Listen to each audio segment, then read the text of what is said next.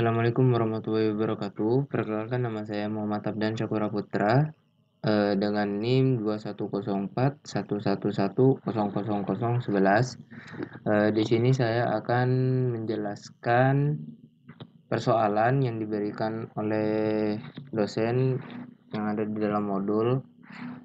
Di sini saya akan menjelaskan dari konsep perbedaan antara list, tuple, dan dictionaries, serta jenis-jenis looping dan bedanya, terus sintaks umum dari looping tersebut serta contohnya seperti apa. Oke, yang pertama ini saya akan menjelaskan perbedaan antara list, tuple, dan dictionaries serta berikan contohnya. Oke, lanjut. Dictionary is list itu adalah kumpulan data atau struktur data yang mampu menyimpan beberapa data. List dipisahkan dari tanda koma menggunakan tanda koma di antara tanda kurung siku. Nah, untuk mengakses list ini kita bisa mendapatnya menggunakan indeks. Seperti itu. Dan untuk indeks itu sendiri itu juga menggunakan tanda kurung siku serta masukkan indeksnya, nanti akan muncul untuk listnya seperti itu. Dan untuk tuple itu digunakan untuk menyimpan sekumpulan data sama seperti list, namun kalau tuple ini sifatnya itu nggak bisa dirubah atau immutable. Kalau list itu bisa dirubah. Dan untuk mengakses indeks item di dalamnya, indeks tuple biasanya itu akan dimulai dari 0. Jadi kalau untuk tuple ini, untuk akses datanya itu akan dimulainya dari 0. Jadi seperti itu. Lanjut, ada dictionary. Tipe data dictionary itu adalah tipe data yang seperti halnya list dan tuple, yang memiliki anggota dengan tipe data yang berbeda-beda. Hanya saja, indeks dari dictionary ini tidak hanya berupa integer, namun dapat berupa float, string, karakter, dan lain-lainnya. Pada pattern yang berfungsi untuk menyimpan kumpulan data atau nilai dengan pendekatannya yaitu key dan value yang dipisahkan oleh titik 2 dan diawali dengan kurung kurawal serta dipisahkan oleh tanda koma. Oke, langsung saja untuk contoh dari list seperti ini. Kita buat dulu contoh seperti list. Kita buat variabel add list. Kita buat variabel add list dulu. Add list. Nah, seperti ini. Kita pakai kurung siku seperti ini. Lalu kita masukkan datanya. Misalkan kita pakai data buah apa aja ya, apel, terus kita pisahkan menggunakan koma, masukkan lagi datanya, belimbing,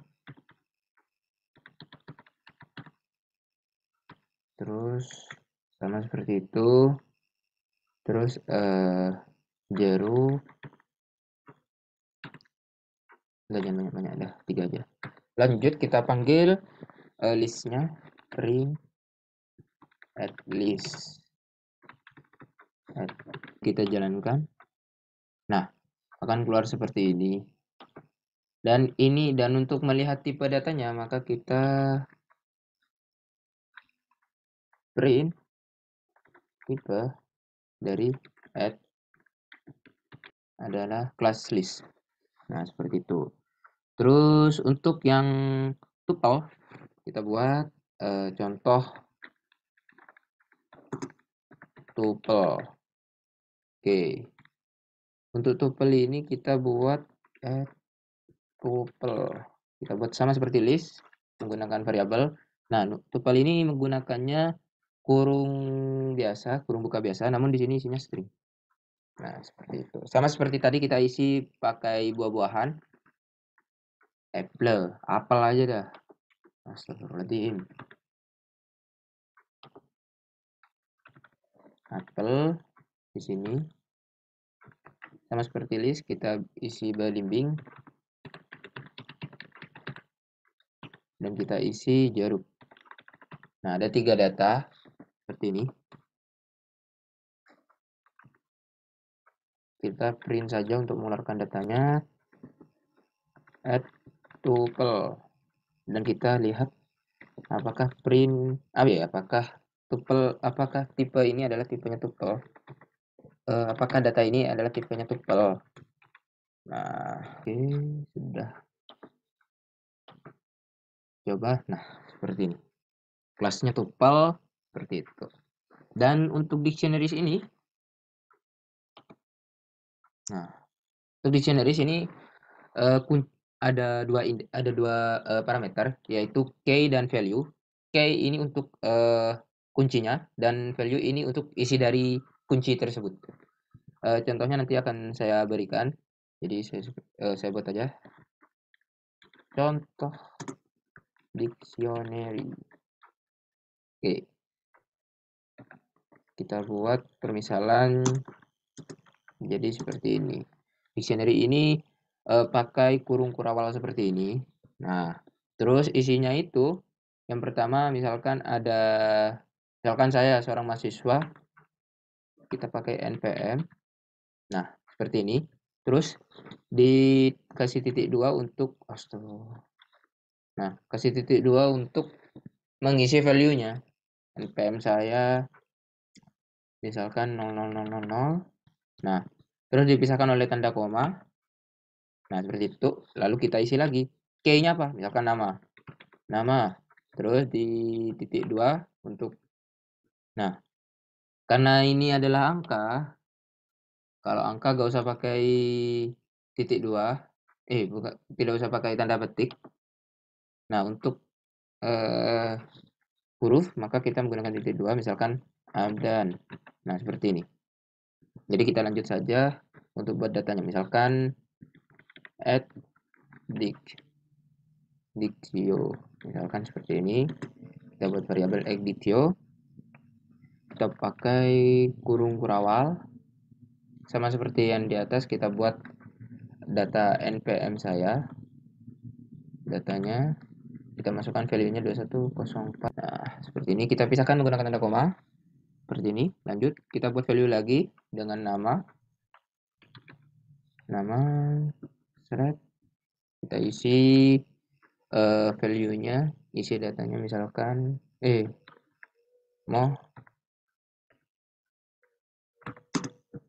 Abdan Syakura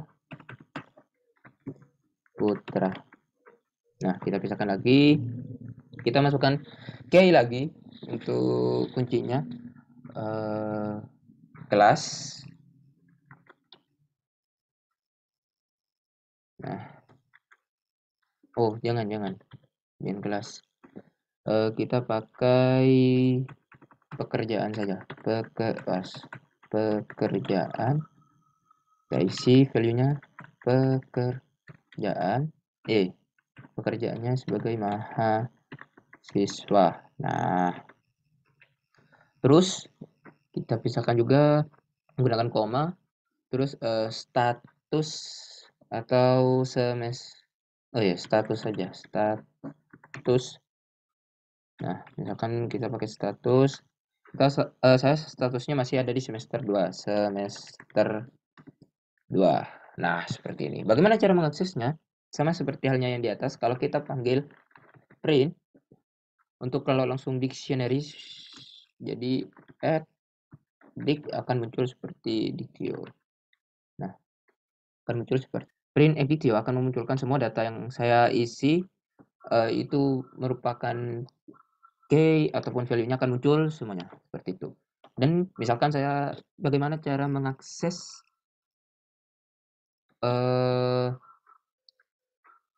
dari key-nya.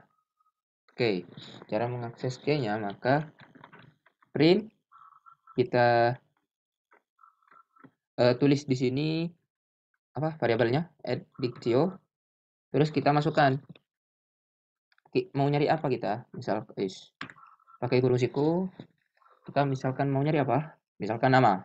Nah di sini udah tertulis jelas, di sini ada npm, ada nama, ada pekerjaan, ada status, misalkan nama. Nah maka akan muncul seperti ini. Nah ini dia nama. Nah ini dia namanya akan keluar seperti ini.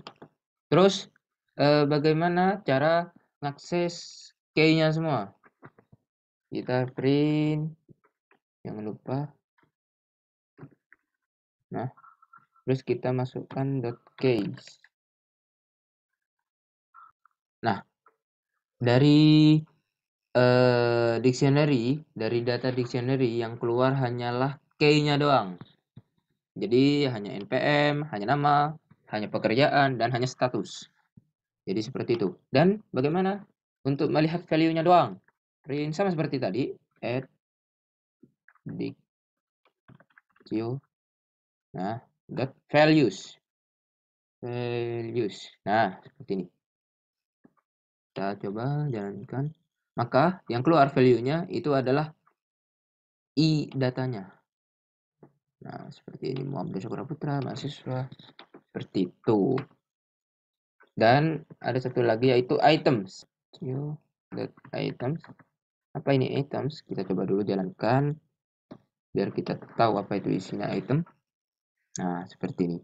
Item ini akan menutupi kan kalau dictionaries itu dipisahkan oleh koma. Nah, ini sama dipisahkan oleh koma, namun ini lebih cantik. Jadi seperti ini. Nah, seperti itu. Oke.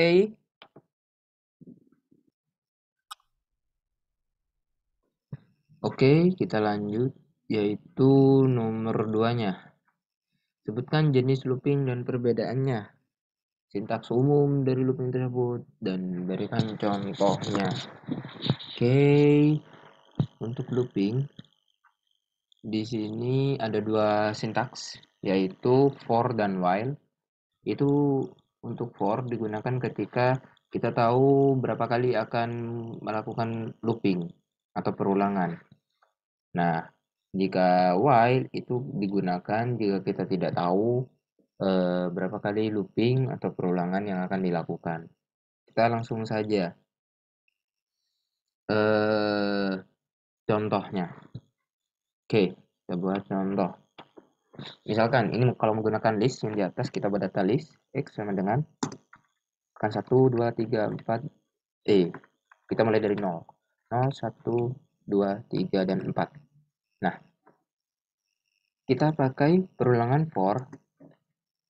Nah, i in range in range dari si X. Nah, kita coba langsung print i. Oke, kita coba. Oh, no. Karena ini kan kelasnya integer, bos. Oke.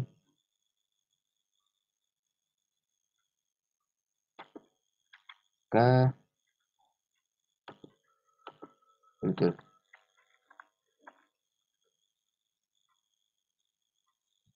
oh guys, ada yang salah nampaknya.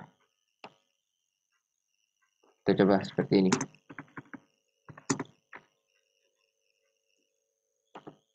Astagfirullahaladzim. Nah, dia akan muncul list yang kita buat tadi, data listnya. Dia akan muncul seperti ini. Ini kenapa bisa muncul? Karena i di sini akan i di sini akan diberikan data yaitu 0 i1 0 i2 itu 1 i3 itu 2, nah dan seterusnya sampai itu. Bedanya kalau nah bedanya biar kita lebih mudah lagi.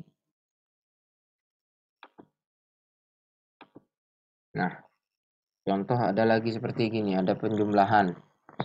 Misalkan kita buat angka sama dengan 1. Nah, jika kita jumlah angka ini dengan 3, maka angkanya berubah menjadi 4 kan? Harusnya seperti ini kan? Jika angka 1 diubah menjadi ditambah 3 akan menjadi angka 4. Nah, seperti itu. Dan untuk biar lebih simpel lagi, kita coba for i. Misalkan gini, for i in range 5. Biar kita tahu bedanya sama yang di atas apa. Print i.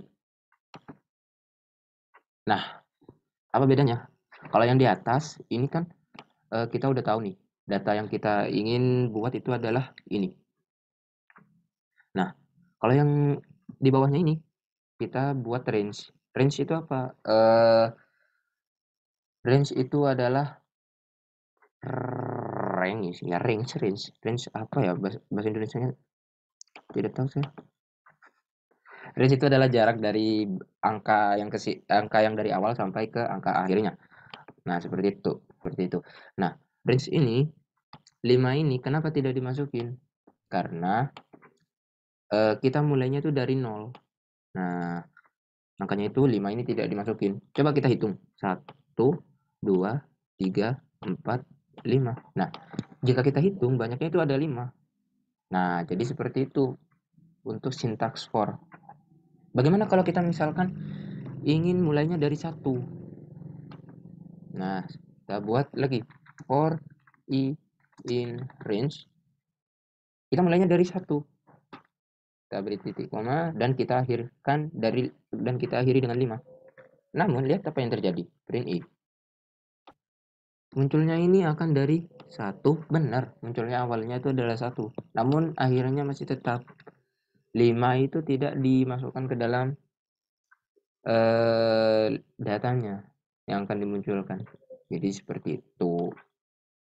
Jadi for itu akan digunakan jika kita tahu berapa kali yang akan diulangi. Lanjut untuk yang oke, kita percantik dulu ini. Mana ya caranya ya? Biar dulu. Ini adalah oke. Yang di bawah sekarang kita sintaks while. Sintaks. Aduh. Sintaks while. Oke, sintaks while udah dijelaskan tadi di atas, yaitu digunakan jika kita melihat kondisinya. Jadi semisal kita punya angka, misalkan kita punya angka 0 dan kita beri kondisi lebih dari 5. Nah, jika kondisinya ini masih tetap masih tetap di bawahnya 5, maka kita beri contoh seperti ini. While di sini kondisi aksi 1 dan aksi 2. Nah, contohnya seperti ini. Konsep lebih mudahnya untuk codingnya seperti ini. While kondisinya seperti apa? Tadi kondisinya kan 0 kurang dari 5. Nah, untuk aksinya seperti ini. Oke, lanjut untuk while. Misalkan tadi ya.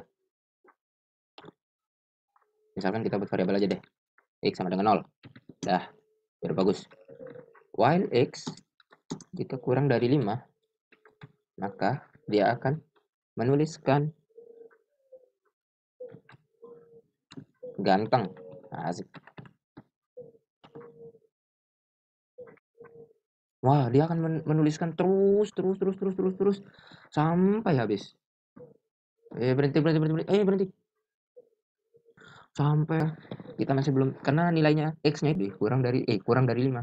Nah, bagaimana biar kita menghentikan stop kondisinya?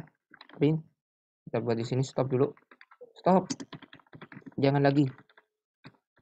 Nah, biar kita tahu kondisinya akan stop, maka kita tambahi aksi yang kedua. Oh, ini aksi kedua, misalkan gini, kita giniin aja deh. Ini adalah aksi 2. Ini adalah aksi pertama. Untuk aksi pertama kita berarti harus tambahkan nih nolnya biar sampai jadi 5. Biar kondisinya itu nggak benar terus. Biar jadi salah kondisinya, nanti programnya akan berhenti deh. Seperti itu. Maka kondisinya kita buat jadi X plus sama dengan 1. Oke.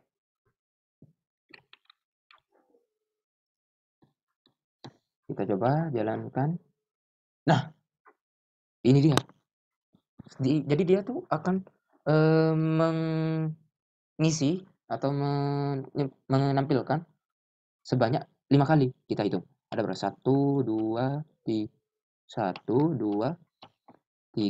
4, 5. Nah, sebanyak 5 kali. Terus kita di bawahnya kan ada nih, print stop lagi, jangan lagi. Biar bagus gitu. Nah, kita buat di sini. Aksi 1. Jadi seperti itu. Syntax while dengan syntax for perbedaannya gitu. Kalau for itu akan ketahuan kita sampai berapa perulangannya, dan jika kondisinya itu tetap benar, maka dia akan terus melakukan perulangan sampai kondisinya itu salah, baru while tersebut akan berhenti. Oke, jadi seperti itu perbedaannya dari syntax for dan while, serta apa itu list, apa itu tuple, dan apa itu dictionary. Oke, sekian dari saya. Assalamualaikum warahmatullahi wabarakatuh.